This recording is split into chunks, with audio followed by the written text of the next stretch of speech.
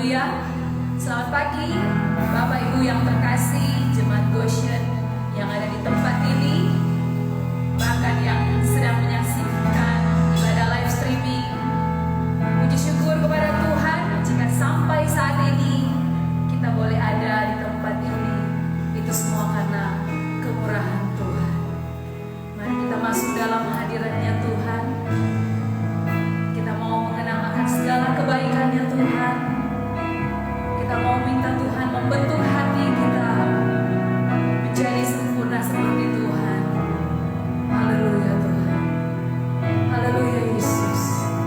Kami rindu akan hadirat-Mu Tuhan. Tuhan, kami mau menyenangkan-Mu Tuhan. Ini hati kami Tuhan.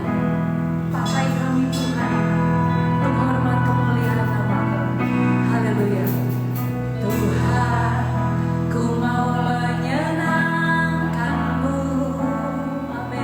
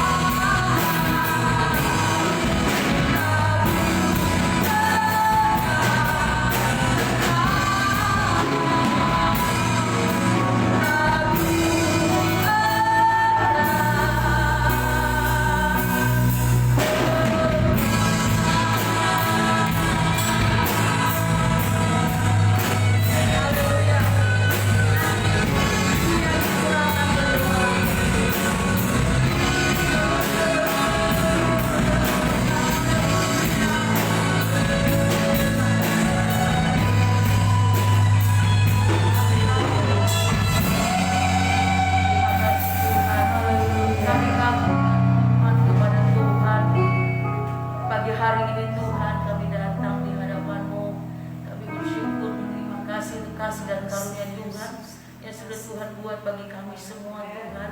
Dimanapun kami berada, kami percaya Tuhan, kemuliaan Tuhan nampak dalam hidup kami. Kami tahu Tuhan karena Engkau beserta dan bersama dengan kami.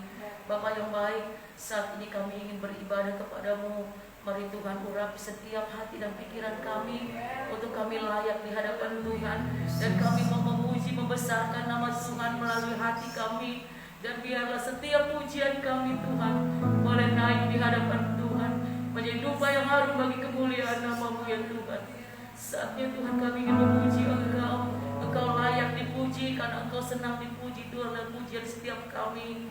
Terima kasih banyak Bapa, urapi hamba-Mu yang mengambil bagian dalam melayani Tuhan. Pakai dan urapilah mereka semua. Biar Roh Kudus saja Tuhan memberikan kekuatan. Terima kasih banyak Bapa, setiap hamba-Mu yang melayani, yang urapi Tuhan. Terima kasih banyak Bapa. Kami siap memuji Engkau Tuhan. Ibadah ini dari awal, pertengahan, bahkan sampai akhirnya boleh menyenangkan hati Tuhan. Terima kasih banyak Bapa. Ini doa kami alaskan di dalam nama Tuhan Yesus Kristus. Haleluya. Amin. Amin. Kita tetap bangkit berdiri. Kita masih mau menyembah Tuhan. Lebih lagi kita akan masuk dalam hadirat-Nya Tuhan. Biar Roh Kudus tetap tinggal dalam hati kami. Penuhi kami Tuhan dengan urapan kuasa Roh Kudus Tuhan. Haleluya Yesus.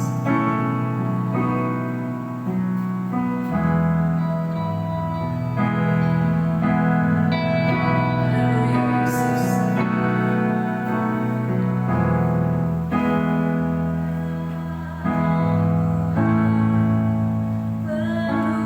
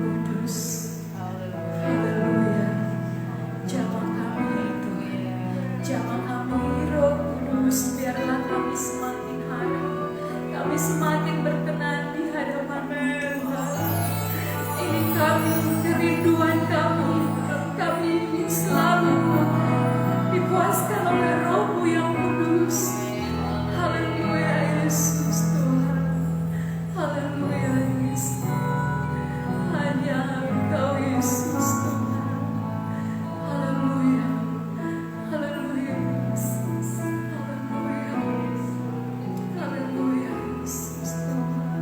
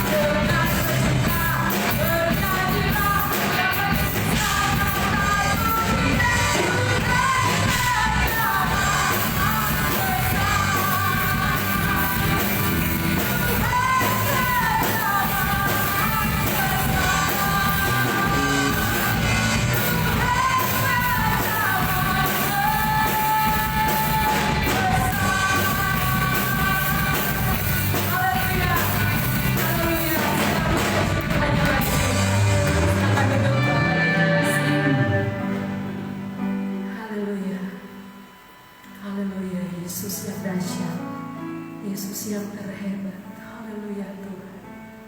Terima kasih Yesus, terima kasih Bapa. Kami sudah memuji Tuhan, kami sudah menyembah-Mu Tuhan. Saat ini kami akan masuk dalam firman Allah. Haleluya Tuhan. Terima kasih Tuhan. Terima kasih Tuhan. Haleluya. Tuhan selalu menolong saya dan saudara yang ada di tempat ini, akan setiap yang menyaksikan ibadah live seperti ini. Haleluya. Musim akan selalu berganti, kasih Tuhan tetap abadi,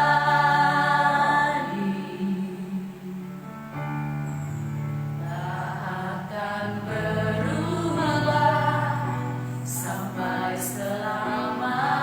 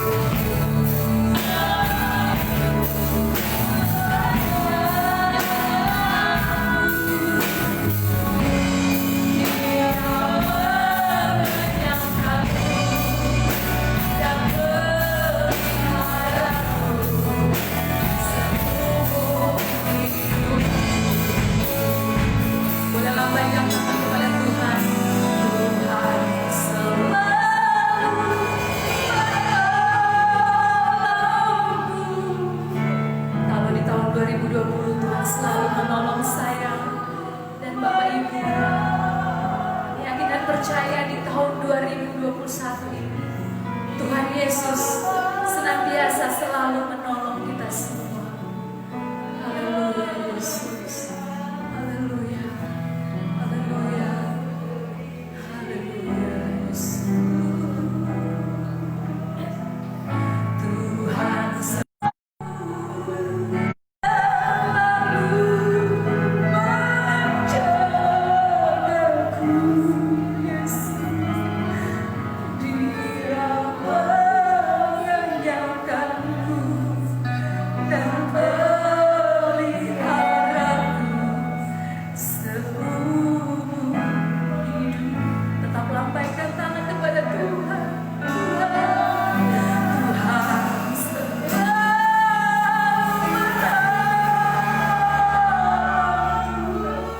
manusia terbatas menolong, tetapi Tuhan yang setia, Tuhan yang tidak pernah terbatas menolong. Haleluya, Yesus Tuhan. Haleluya, haleluya Yesus. Kasih izinmu, Tuhan selalu menolongku, selalu menjagaku. Dia mengenyangkanku dan peliharaku seumur hidupku. Tuhan selalu, haleluya, selalu menolongku, selalu menjagaku. Selama hidupku tak akan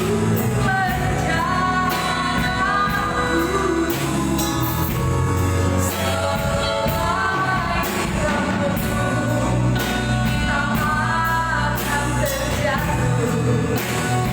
Kasih izinmu,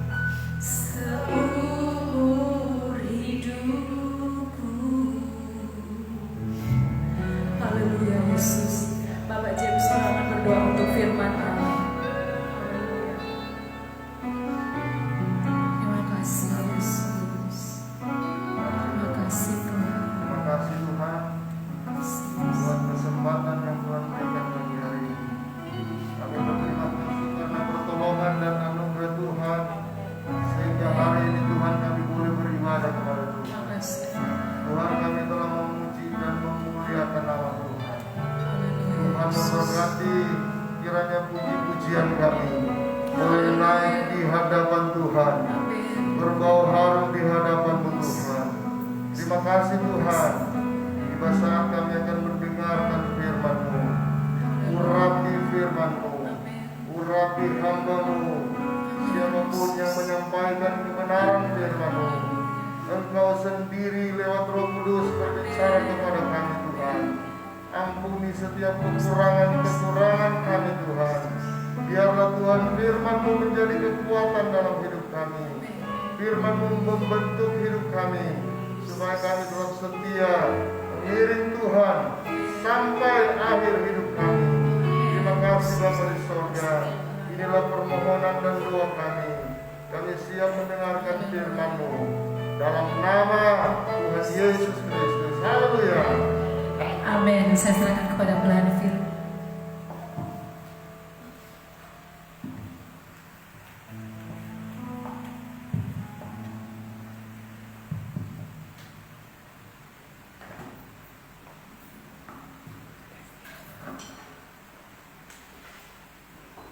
Shalom, puji nama Tuhan. Puji nama Tuhan. Terima kasih buat kesempatan yang diberikan. Biar firman hari ini boleh memberkati kita semua. Biar firman hari ini boleh menguatkan kita semua di tempat ini. Puji nama Tuhan. Ada sukacita? Haleluya. Ada sukacita selalu ya. Puji nama Tuhan. Tema firman Tuhan pagi ini adalah berjuang meskipun itu adalah hal yang menyulitkan. Kita buka di Kejadian 17 ayat 8 sampai 16.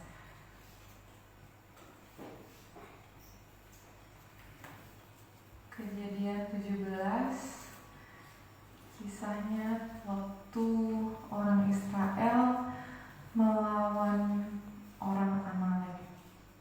Kejadian 17 ayat 8 sampai 16.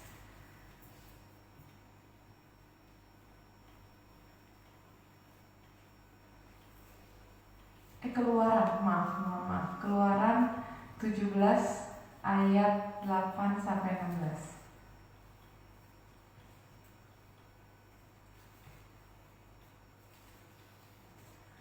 Keluaran 7. Kemenangan orang Israel melawan orang Amalek.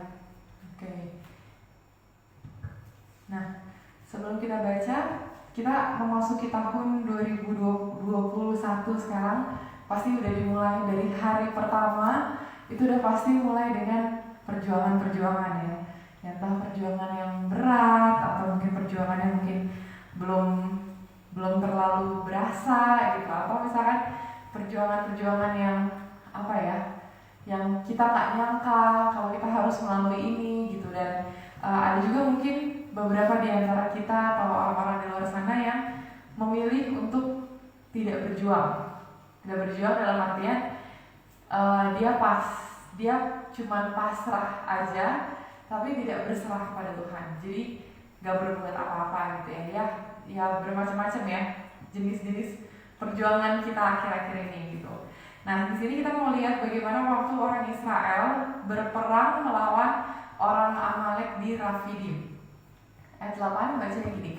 Lalu datanglah orang Amalek dan berperang melawan orang Israel di Rafidim. Musa berkata kepada Yosua, pilihlah orang-orang bagi kita, lalu keluarlah berperang melawan orang Amalek. Besok aku akan berdiri di puncak bukit itu dengan memegang tongkat Allah di tanganku. Lalu Yosua melakukan seperti yang dikatakan Musa kepadanya dan berperang melawan orang Amalek. Tetapi Musa, Harun dan Hur telah naik ke puncak bukit.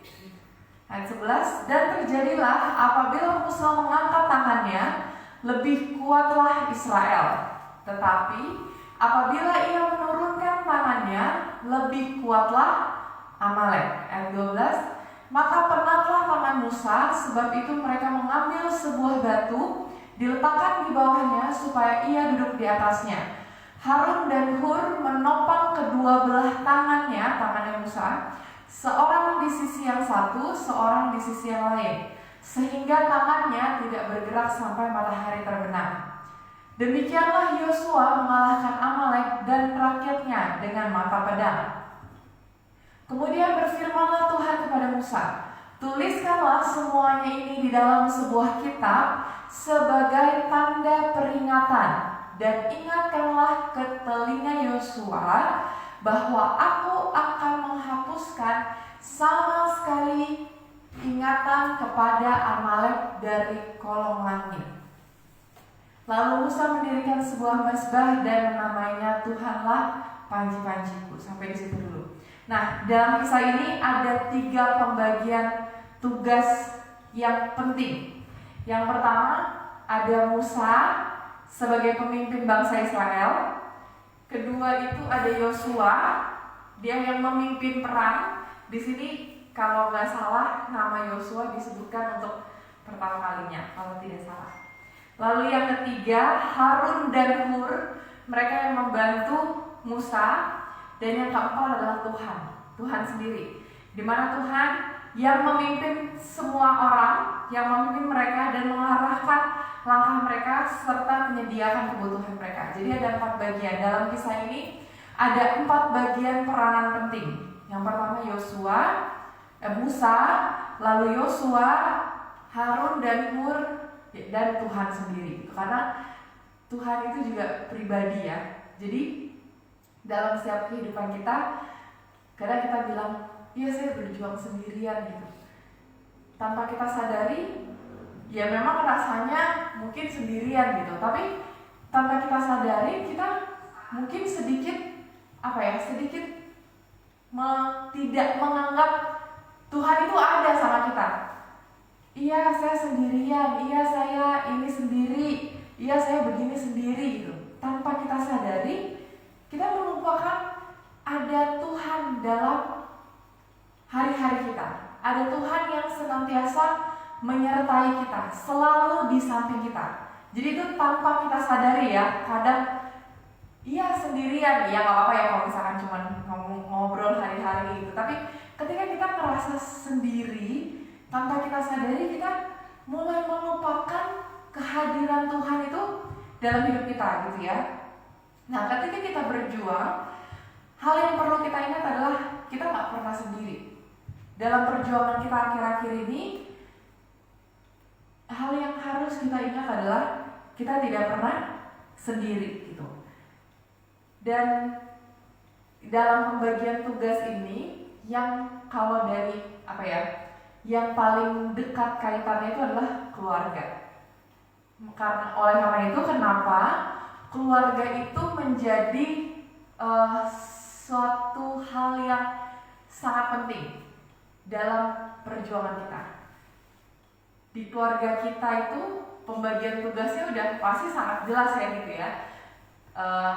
Yang papa apa, yang ibu apa, suami apa, istri apa, anak-anak apa gitu. Itu udah pasti sangat jelas pembagian tugasnya. Nah, oleh karena itu keluarga ini sedikit ke keluarga, masuk ke keluarga. Oleh karena itu kenapa keluarga itu menjadi suatu hal yang sangat penting? Karena ketika orang lahir, dia akan masuk ke dalam area keluarga. Disitulah seseorang itu akan dibentuk. Oleh karena itu kenapa sangat penting keluarga yang sama-sama percaya sama Tuhan. Kenapa makanya kalau nikah jangan beda agama, karena susah mendidiknya tuh, akan bingung gitu ya, akan sulit gitu gimana, karena keluarga ini menjadi suatu tempat yang sangat penting untuk seseorang itu mulai dibangun, untuk seseorang itu dibentuk karakternya, untuk seseorang itu bisa mengenal pribadi Tuhan. Oleh karena itu keluarga itu adalah satu hal yang sangat-sangat penting gitu ya, apalagi dalam proses kita mengenal pribadi Tuhan. Nah, pribadi yang paling penting dalam hidup kita itu adalah pribadi Tuhan gitu, dimana dia seharusnya kita merasa dia selalu ada, dia selalu menyertai kita, dia selalu memimpin langkah kita. Nah, sesuai temanya hari ini, berjuang meskipun itu adalah hal yang menyulitkan. Dari kisah ini kita melihat di ayat 8 dan 10. Ayat 8 dan 10. Jadi gimana sih berjuang meskipun itu sulit? Yang pertama, bertindak dengan iman. Ayat 8 sampai 10. Lalu datanglah orang Amalek dan berperang melawan orang Israel di Rafidim. Musa berkata kepada Yosua, pilihlah orang-orang bagi kita, lalu keluarlah. Nah, pertama, saat itu tiba-tiba orang Amalek ini datang. Orang Amalek ini datang, mau melawan orang Israel. Saat itu Musa bisa aja bilang, kita kabur aja, gak usah dilawan, kita kabur aja deh. Tapi di sini Musa bilang, pilihlah orang-orang bagi kita. Lalu keluarlah berperang melawan orang Amalek. Gitu. Jadi Musa di sini memilih untuk melakukan sesuatu. Bukan yang diem aja, bukan yang nggak melakukan apa-apa gitu ya. Besok aku akan berdiri di puncak bukit itu dan memegang tongkat Allah di tanganku. Musa juga bukan tipe yang cuma nyuruh doang, tapi dia juga berbuat sesuatu dengan iman. Besok aku akan berdiri di puncak bukit itu dengan memegang tongkat Allah di tanganku. Ketika dia berbuat sesuatu dengan iman, dia tidak melupakan Allahnya. Dia tidak melupakan Tuhannya. Jadi ketika kita berbuat sesuatu, kita mau melakukan sebuah tindakan, baiklah kita selalu mengingat akan Tuhan. Kalau firman beberapa waktu lalu, sampai kita mau milih baju aja, kita bisa tanya Tuhan, Tuhan aku mau pakai baju yang mana ya? Tuhan aku mau siapin baju yang mana ya?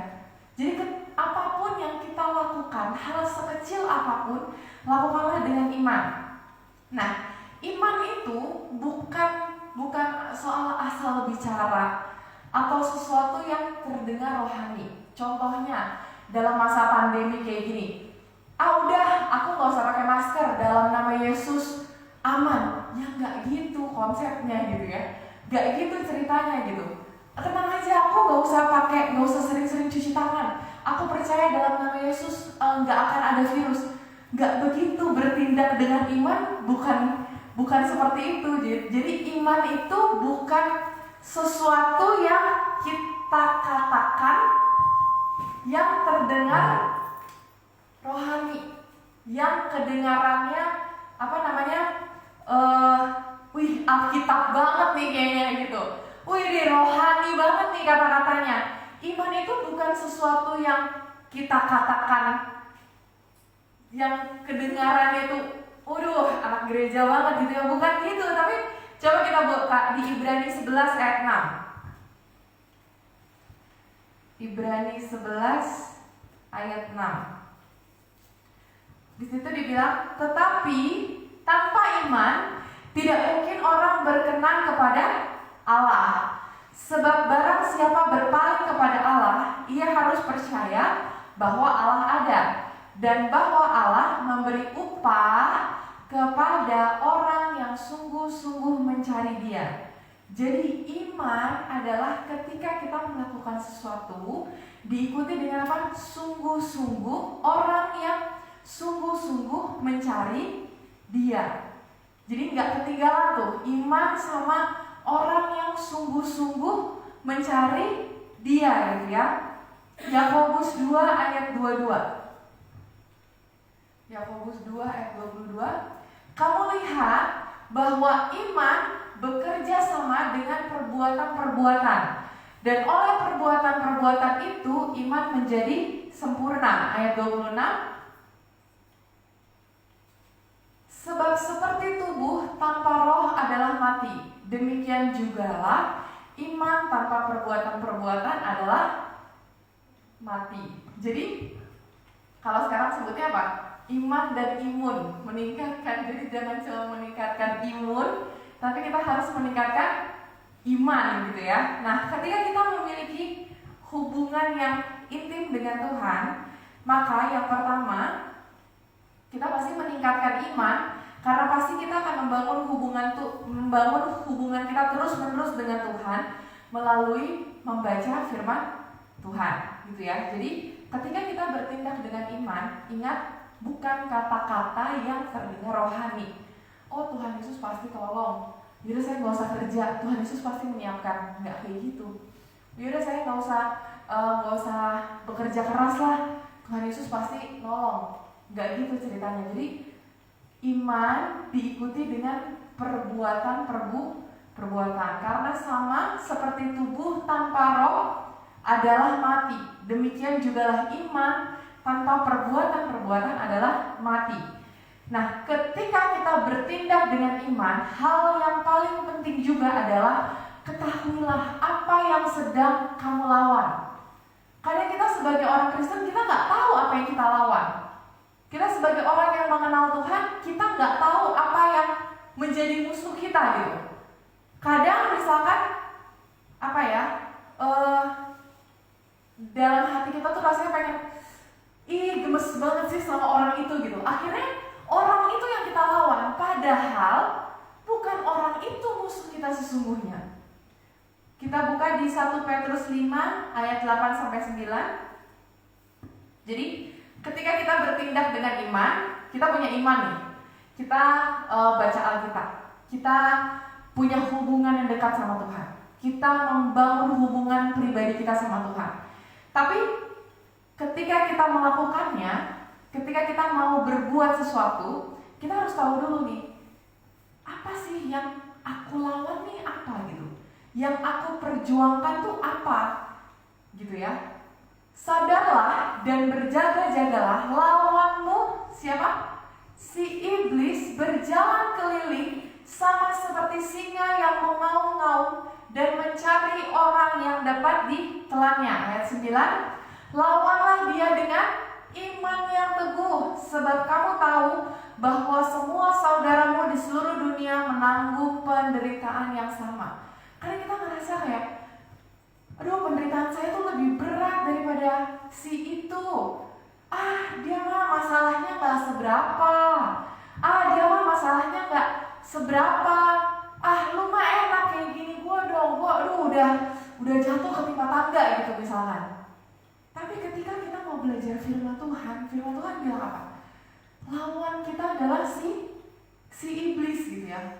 Bukan si orang itu, bukan si orang ini, bukan si masalah ini, bukan masalah itu, bukan masalah saya sekarang, tapi lawan kita adalah si iblis gitu. Lawanlah dia dengan iman yang teguh. Jadi ketika kita tahu apa yang kita perangi, kita tahu senjata apa yang harus kita bawa, gitu ya. Kalau kita tahu di luar hujan, gak mungkin kita gak bawa payung. Atau gak mungkin kalau di luar hujan kita bawanya apa misalkan, bawanya gayung, buat nampung gitu. Atau di luar hujan kita bawanya ember, gak mungkin kan.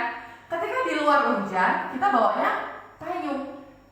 Kecuali kita gak tahu kalau di luar hujan ya udah gak bawa payung, basah kuyup. Ketika kita nggak tahu apa yang kita perangin, kita nggak tahu senjata apa yang mau kita bawa. Ketika kita tahu lawan kita itu adalah iblis, kita tahu senjata yang kita gunakan adalah iman.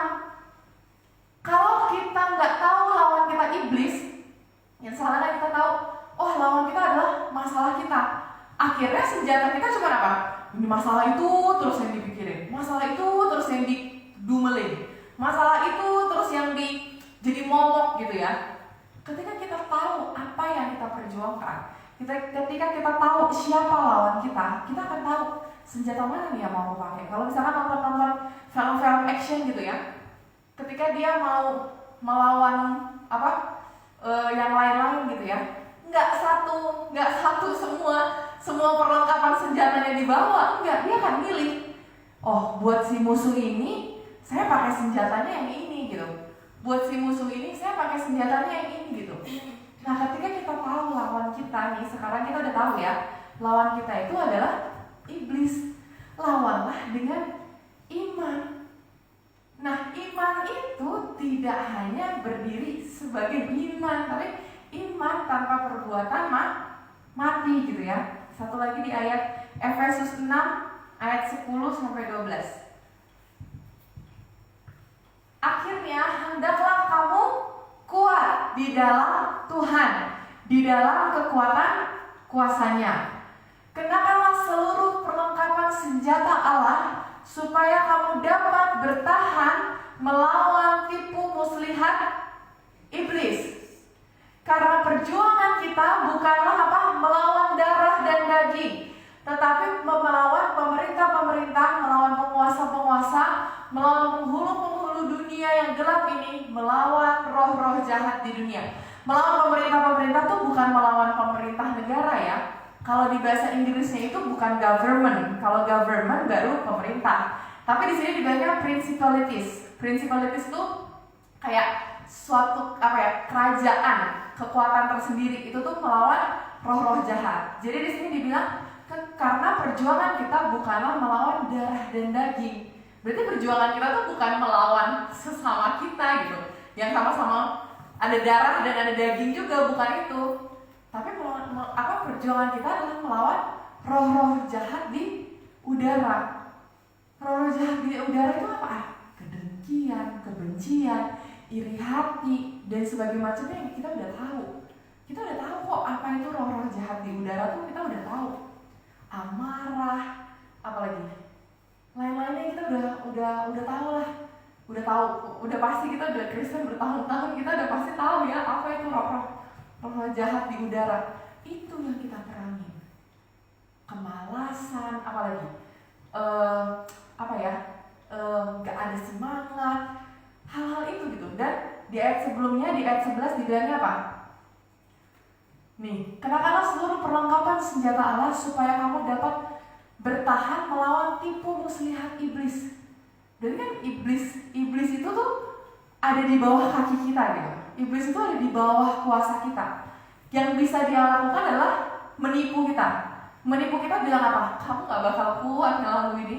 Ketika kita tahu apa yang kita perjuangkan, ketika kita tahu siapa yang kita lawan, kita akan tahu senjata apa yang kita pakai. Kita akan tahu, ya. Itu yang pertama, bertindak dengan iman. Yang kedua, untuk kita berjuang meskipun itu menyakitkan. Yang kedua adalah memeluk rasa sakit itu. Kalau kita ngerasa sakit, kita ngerasa terluka, kita ngerasa sedih, dipeluk aja rasa sakitnya gitu. Kita nikmatin rasa sakitnya itu dengan apa? Dengan mengingat perjuangan Tuhan di kayu salib. Dia memilih untuk mati di kayu salib. Dia memilih untuk merasakan sakit itu. Dia memilih untuk merasakan penderitaan itu. Dia memilih untuk merasakan hal yang gak enak untuk sesuatu yang mulia gitu ya. Jadi ketika kita merasa penat, sulit, sakit, susah, berat, itu adalah tanda kalau kita lagi berjuang. Waktu saya pernah dengar ada salah satu hamba Tuhan bilang gini, kalau kamu gak punya masalah, justru itu tanda bahaya. Ketika kita gak punya masalah, itu justru adalah tanda bahaya. Tidak selalu melalui hal-hal yang menyenangkan. Matius 11 ayat 29 sampai 30.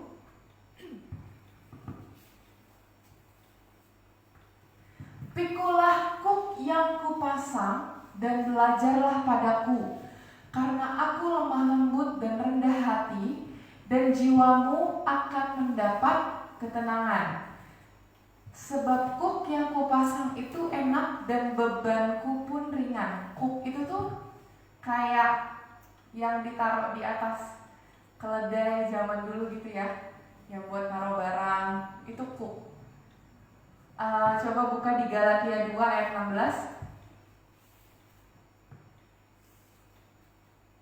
Kamu tahu bahwa tidak seorang pun yang dibenarkan oleh karena melakukan hukum Taurat, tetapi hanya oleh karena iman dalam Kristus Yesus. Sebab itu kami pun telah percaya kepada Kristus Yesus, supaya kami dibenarkan oleh karena iman dan dalam Kristus, dan bukan oleh karena melakukan hukum Taurat. Sebab tidak ada seorang pun yang dibenarkan oleh karena melakukan hukum Taurat. Jadi ceritanya waktu di Matius 11 ayat 29 sampai 30 ini, maksudnya Tuhan Yesus itu adalah perbedaan kuk yang dikasih oleh hukum Taurat. Jadi waktu itu kan berat banget, orang-orang saat itu, orang-orang Israel saat itu melaksanakan hukum Taurat tuh berat gitu ya, gak ada yang sanggup gitu. Nah Tuhan tuh ngasih perbedaan, menjabarkan lagi. Jadi hukum Taurat itu sesuatu yang kasat mata ya. Tidak ada seorang pun yang dibenarkan dengan melakukan dibenarkan jika dia melakukan kebenaran firman Tuhan. Makanya waktu itu ada satu kisah yang Tuhan Yesus bilang apa? Sebelum kamu menilai orang kiri kanan kamu, coba kamu lihat balok yang ada di mata kamu sendiri. Kamu kalau mau menilai orang, ambil dulu balok di mata kamu, baru deh bisa gitu. Jadi Tuhan itu memberikan hukum kasih, gitu ya, memberikan kebenaran melalui firman Tuhan. Filipi 3 ayat 10. Filipi 3 ayat 10. Yang kukehendaki ialah mengenal Dia dan kuasa kebangkitannya dan persekutuan dalam penderitaannya, di mana aku menjadi serupa dengan Dia dalam kematiannya. Jadi ketika kita melakukan menjalani hal yang berat, hal yang sulit, hal yang tidak mengenakan, ketahuilah bahwa Tuhan tuh berjuang sama-sama dengan kita. Tuhan bilang, kuk yang kupasang itu ringan. Ringan karena apa? Karena kita tuh jalannya sama Tuhan gitu.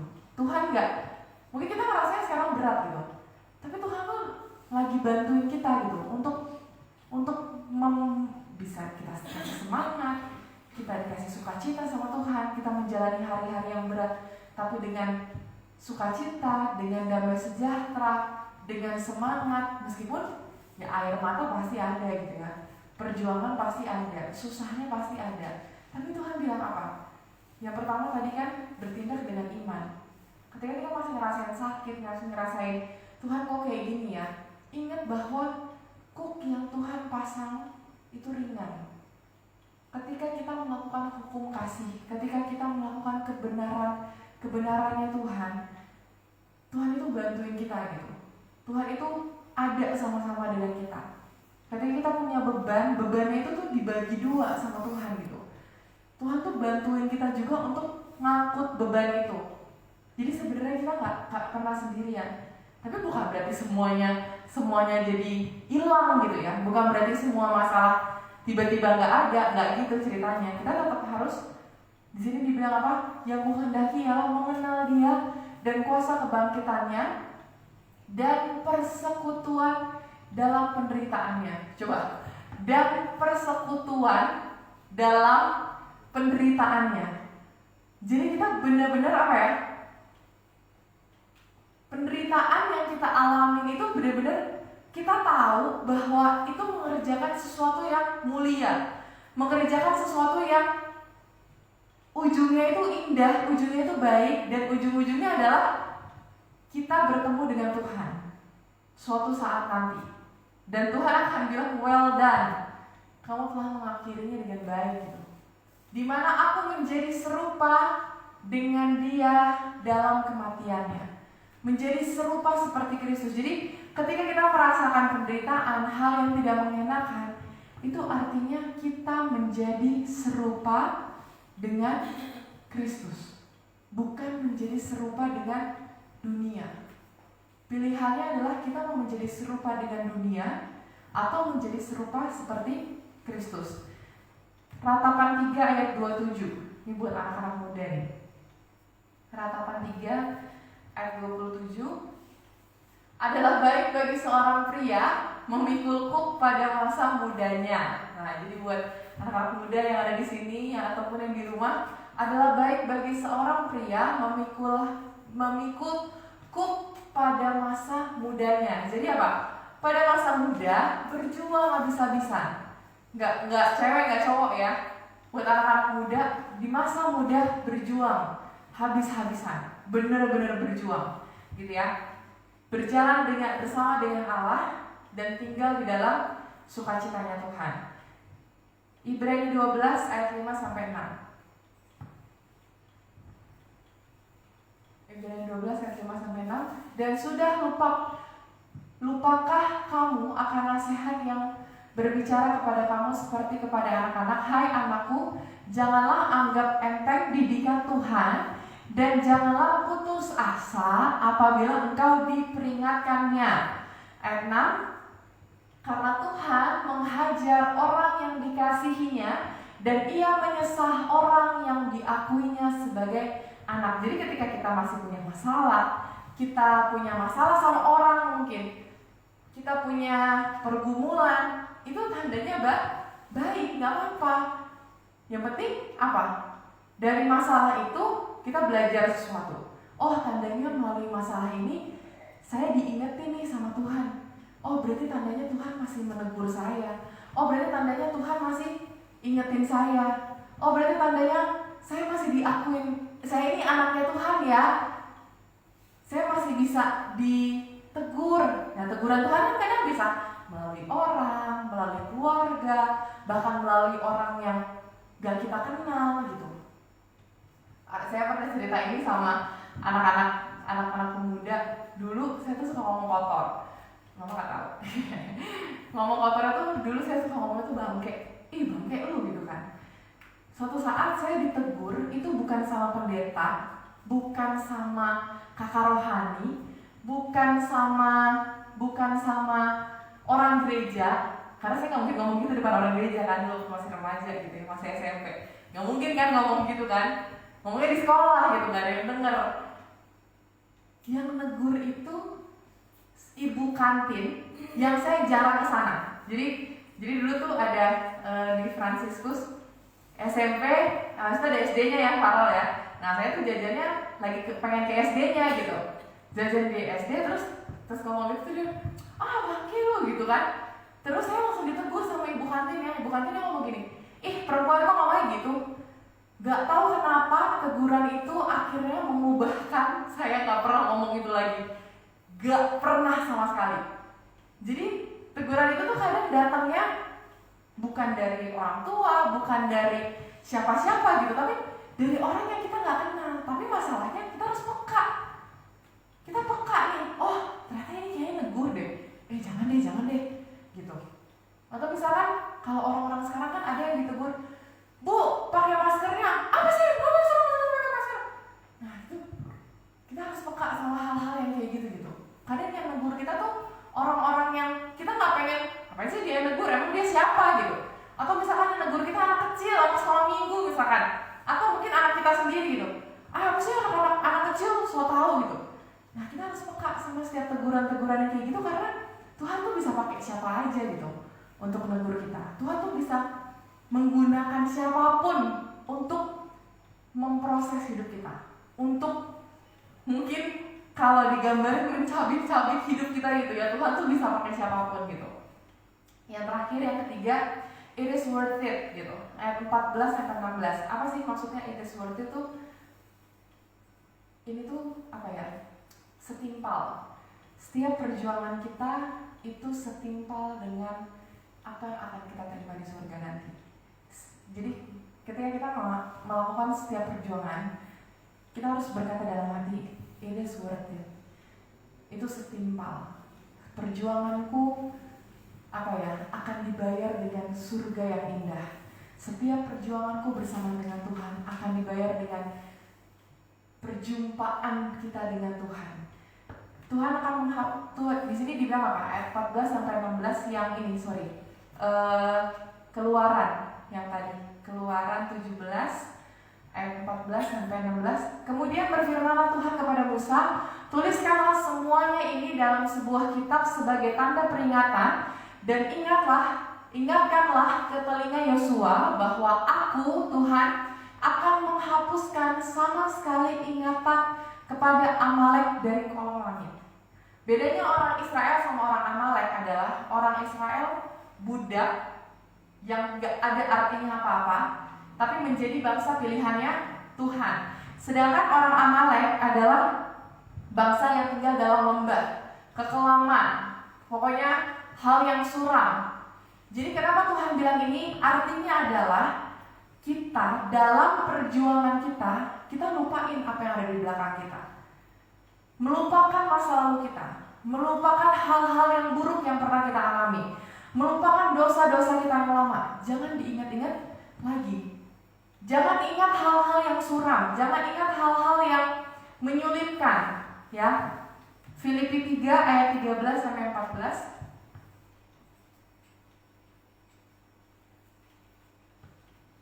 Saudara-saudara, aku sendiri tidak menganggap bahwa aku telah menangkapnya.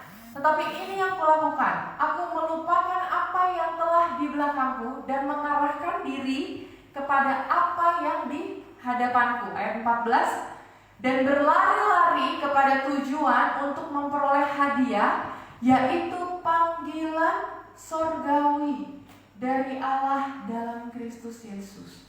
Itu panggilan sorgawi yang bukan cuma untuk pendeta doang, yang bukan cuma untuk pelayan aja, tapi panggilan sorgawi untuk semua yang membaca firman Tuhan ini.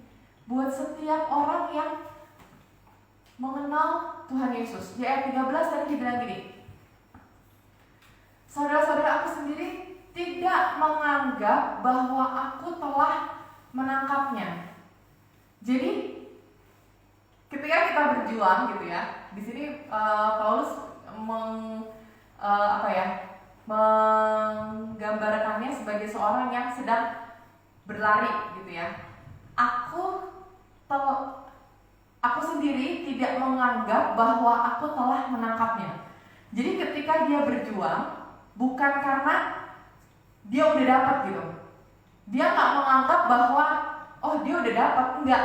Tapi yang dia lakukan adalah udah, aku nggak mau mikirin apa yang ada di belakangku, aku nggak mau mikirin apa yang masa laluku, aku nggak mau mikirin apa yang menyakitkan, aku nggak mau mikirin apa yang gak enak di belakang. Udah lupa.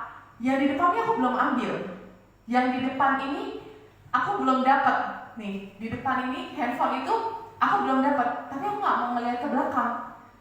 Tapi yang itu aku belum dapat, tapi aku tahu itu panggilan surgawi. Jadi aku mau lurus aja ngeliat ke situ. Aku mau lurus aja lihat ke depan. Aku mau fokus aja ngeliat dan sampai aku mendapatkan panggilan surgawi itu.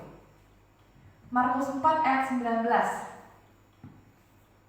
Markus 4 ayat 19. Habis itu langsung ke Lukas 8 ayat 14. Markus 4 ayat 19. Itu dulu ya. Lalu kekhawatiran dunia ini waktu perumpamaan, waktu ditabur benih, terus jatuh di, ada yang tanah berbatu, ada yang di semak-semak, ada yang di jalan raya gitu ya. Lalu kekhawatiran dunia ini dan tipu daya kekayaan dan keinginan-keinginan akan hal yang lain masuklah menghimpit firman itu sehingga tidak berbuah. Jadi kita harus hati-hati nih sama keinginan kita gitu. Oh pengen ini, oh pengen itu, oh pengen ini, pengen itu. Akhirnya fokus kita ke keinginan-keinginan kita gitu. Akhirnya kita melupakan panggilan sorgawi yang udah Tuhan tetapkan dalam hidup kita. Nah ini juga harus hati-hati gitu ya. Jadi balik lagi, tahu apa yang mau perjuangkan gitu. Kalau kita nggak tahu apa yang kita perjuangkan, kita nggak tahu senjata mana yang mau kita pakai. Dan akhirnya hal-hal lain tuh memasuki kita gitu. Akhirnya kekhawatiran dunia, tipu daya kekayaan gitu ya, keinginan-keinginan kita yang akhirnya menghimpit firman itu, jadi firmannya nggak berbuah ya. Lukas 17 ayat 32 ayat sampai 33.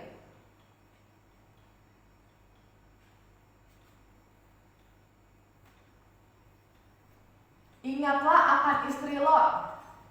Barang siapa berusaha memelihara nyawanya, ia akan kehilangan nyawanya. Dan barang siapa kehilangan nyawanya, ia akan menyelamatkannya. Jadi kisah istri Lot, dia masih ingat harta-hartanya dia, padahal udah dibilang gak usah diingat, jangan nengok ke belakang. Tapi dia masih nengok ke belakang, akhirnya jadi tiang garam. Kadang jadi apa yang jadi keinginan kita, apa yang jadi pengen ini, pengen itu, itu kita harus hati-hati karena jangan sampai hal itu pada akhirnya menghimpit firman Tuhan. Jadi firman Tuhan gak bisa bertumbuh. Ketika firman Tuhan gak bisa bertumbuh, kita gak punya iman. Sedangkan iman itu timbul dari apa? Pendengaran akan firman Tuhan gitu ya. Jadi jangan sampai kekhawatiran, masalah kita, beban hidup kita itu menghimpit firman-Nya nggak bisa tumbuh, firman-Nya nggak bisa hidup karena dihimpit sama kekhawatiran dan keinginan pribadi kita gitu. Akhirnya kita nggak punya iman ketika musuhnya beneran datang. Kita nggak punya senjata untuk melawan musuhnya gitu, karena kita memperjuangkan hal-hal yang salah. Jadi tahu perjuangannya dan kita tahu yang ketika kita berjuang dengan benar itu setimpal dengan surga yang Tuhan kasih gitu ya. Jadi bagi setiap kita yang lagi letih lesu, setiap kita yang lagi berbeban berat, buat setiap kita yang lagi punya masalah, buat setiap kita yang punya pergumulan, berhati-hatilah jangan sampai kita tenggelam akan masalah itu, tenggelam akan beban itu, tenggelam akan pergumulan, tapi tahu apa yang kita perjuangkan. Kita mau angkat pujian.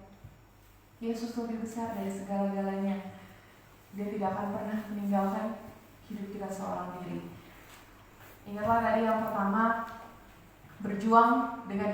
Yang kedua, kita tahu apa yang mau kita perjuangkan. Yang pertama,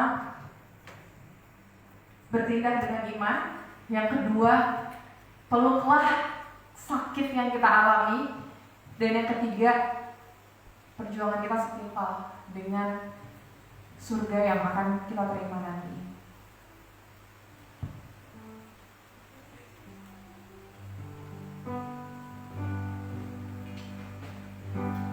Yesus lebih besar dari segala-galanya.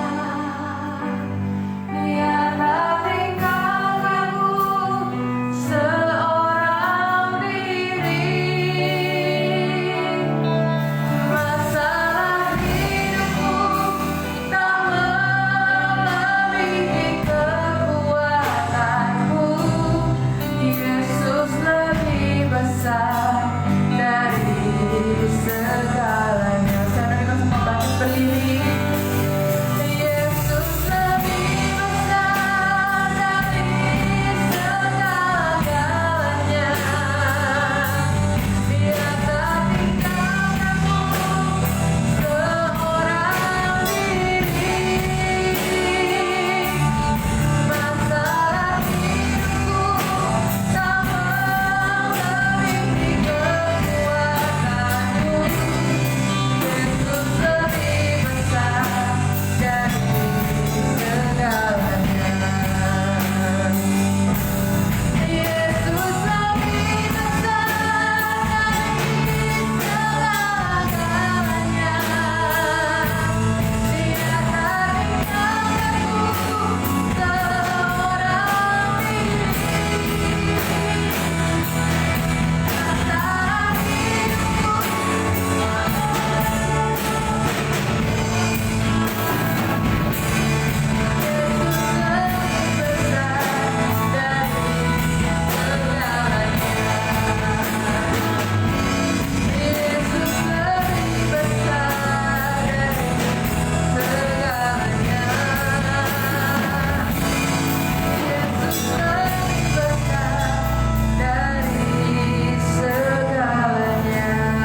Masalah hidupku benar Tuhan, Kau lebih besar dari segala-galanya Bapa. Kami kena percaya Tuhan, Kau tidak pernah meninggalkan kami seorang diri Bapa. Biar kami mau belajar Tuhan, biar kami mau belajar menjadi pribadi yang dewasa. Kami mau belajar menjadi orang Kristen yang dewasa di hadapan-Mu Tuhan. Biarlah setiap pergumulan kami, biarlah masalah yang harus kami pikul, masalah yang harus kami terima, boleh membawa kemuliaan untuk memuliakan nama-Mu Tuhan. Dan sampai suatu saat nanti kami berjumpa dengan Engkau Tuhan di surga-Mu Tuhan Yesus. Terima kasih Bapa. Terima kasih Tuhan Yesus. Biarlah Bapa kami terus berjuang dan memperjuangkan hal yang benar Tuhan. Kami tetap dapat melakukan firman-Mu. Iman kami tetap dapat tumbuh Tuhan di dalam Engkau. Dan biarlah Bapa hidup kami penuh dengan firman-Mu. Roh Kudus-Mu tetap ada dalam hati dan hidup kami Bapa. Terima kasih Tuhan Yesus. Terima kasih Tuhan. Biarlah Tuhan Yesus, setiap firman-Mu boleh tertanam dalam hati dan hidup kami Bapa. Terpuji-pujilah nama-Mu Tuhan. Kami menyerahkan seluruh kehidupan kami, pergumulan kami, apapun itu hanya dalam tangan-Mu Bapa. Hanya dalam nama Tuhan Yesus Kristus. Haleluya. Amin.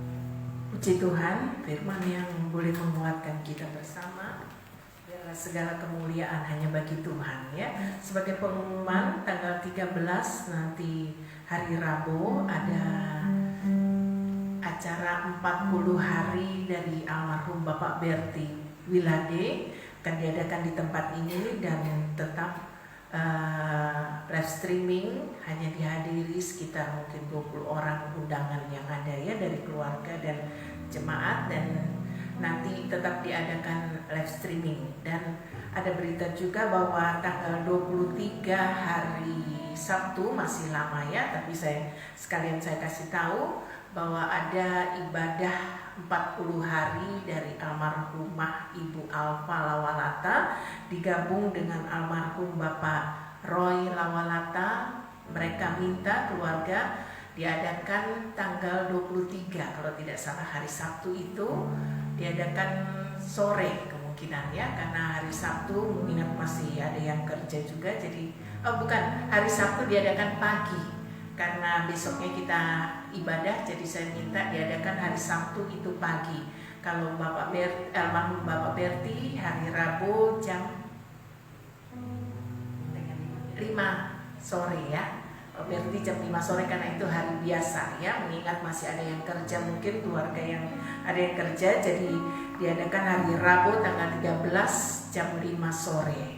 Ya, itu saja pengumuman, nanti diumumkan lebih lanjut di WA group yang ada, ya. Kita bangkit berdiri, kita tamatkan ibadah kita pada pagi hari ini. Kiranya Engkau mau berkati hati.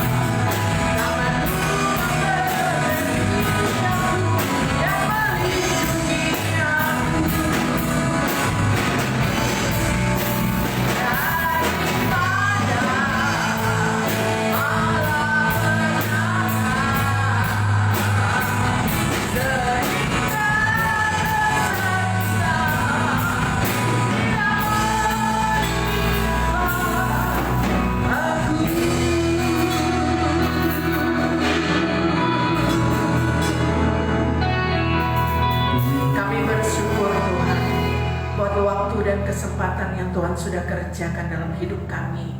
Seberapa banyak kami sudah memuji, membesarkan namanya Tuhan. Kami sudah mendengarkan suaranya Allah lewat kebenaran firman-Mu yang disampaikan oleh hamba-Mu. Biar firman yang ada, yang telah disampaikan boleh menjadi rema dalam hidup kami, melayani dalam pengiringan kami kepada Tuhan. Nama Tuhan saja dipuji dan dipermuliakan. Memberkati rencana-rencana kami sepanjang minggu yang berjalan Tuhan. Baik acara ibadah 40 hari dari almarhum Bapak Berti Wilade pada tanggal 13 hari Rabu, kiranya Tuhan menolong, Tuhan jadi menurut kehendak dan rencana-Mu di dalamnya. Kami berdoa juga rencana 40 hari dari Bapak Gembala di tempat ini, Tuhan kiranya menolong pada tanggal 16 nanti hari Sabtu, semuanya jadi menurut kehendak dan rencana Tuhan. Terima kasih Bapa di dalam surga. Hamba-Mu kembali berdoa buat umat-umat-Mu, jemaat GPDI Goshen yang ada Tuhan, khususnya mereka yang bekerja di luar negeri, baik Bapak Nasir, Bapak Chandra, Bapak Rudi. Tuhan menolong mereka semua dalam tugas dan pekerjaan mereka. Taruh hikmat-Mu dalam mereka bekerja. Tuhan menjaga, lindungi, peliharakan mereka senantiasa. Damai sejahtera ada menyertai mereka. Kumpulkan mereka satu saat nanti bersama dengan keluarga dan pekerjaan Tuhan di tempat ini. Nama Tuhan dipuji dan dipermuliakan. Kami berdoa juga untuk jemaat-jemaat Tuhan yang berada di luar kota, baik Tuhan Koko Edward, baik Bapak Yan Monopo, baik Ibu Manopo. Tuhan kami bersyukur semuanya boleh ada dalam satu kemuliaan bagi nama Tuhan. Tuhan menjaga, lindungi, peliharakan mereka dengan tugas dan pekerjaan mereka masing-masing. Nama Tuhan saja dipuji dan dipermuliakan. Kami berdoa terus bagi Cik Yeni Samudra Tuhan. Tuhan sudah menolong dia boleh keluar beberapa hari yang lalu dari rumah sakit. Sekarang dia boleh berada di rumah. Tuhan pulihkan kesehatannya. Kami berdoa di dalam nama Tuhan Yesus Kristus. Tuhan juga tolong Ibu Usia dengan kesehatannya, dan biarlah Tuhan melindungi, menjaga, memeliharakan. Terima kasih Bapa dalam surga. Umat-umat Tuhan dimanapun berada Tuhan, mereka yang sakit Tuhan jamah dan sembuhkan, mereka yang lemah Tuhan kuatkan, mereka yang susah Allah Roh Kudus menghibur sejati dalam hidup umat-umat-Mu. Terima kasih Bapa di dalam surga. Kita terima berkat daripada Tuhan. Kekasih-kekasihku, pulanglah engkau membawa damai sejahtera daripada Allah. Kiranya Tuhan menyertai, baik itu berkat dari Tuhan Yesus Kristus, persetujuan pimpinan daripada Allah Roh Kudus. Kiranya menyertai engkau mulai hari ini sampai Maranatha Tuhan datang pada kali yang kedua. Di dalam berkat nama Tuhan Yesus Kristus. Haleluya. Amin.